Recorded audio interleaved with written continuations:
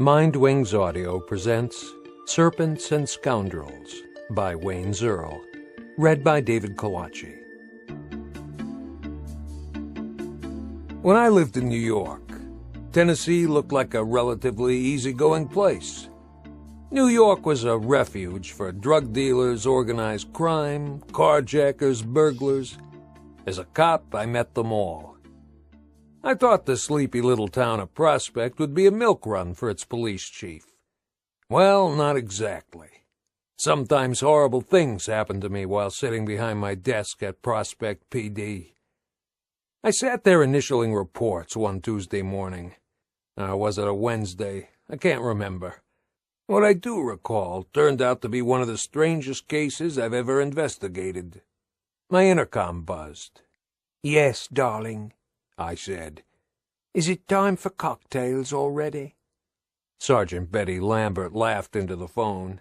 "Sammy, you always say something to amaze me. It's 10 o'clock in the morning. If I drank a cocktail, I'd fall asleep." Ah, well, I tried. What's up? "Call for you. Won't say who he is, just said tell you it's the man with the John Deere hat." Okay, that narrows it down to only 500,000 adult males in the state. "That's why you get the big bucks, darling." She transferred the call. "This is Chief Jenkins. May I help you?" "'Member me?" The accent sounded very local. I wasn't surprised. "Your voice is familiar. Help me out a little." "I gave you the information about the stolen cow. You got me that reward money.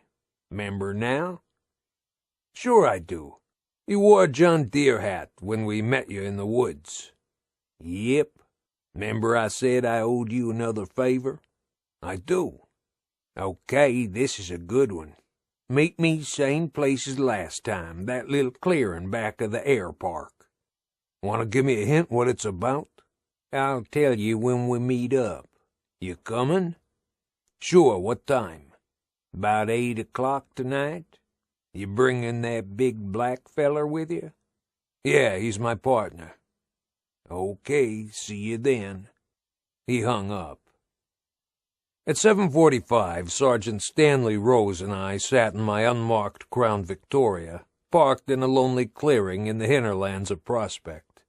Once the hideout of moonshiners, that wooded area changed its economic use from untaxed liquor to a different cash crop, until the DEA busted up a lucrative marijuana-growing business.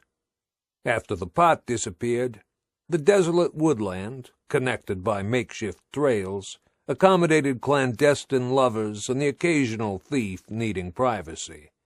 And then it became a place for me to meet informants. "Wonder what John Deere has this time?" Stan asked. "He wouldn't say. Likes to play the man of mystery. Who knows? Maybe some old man with a still is back in business.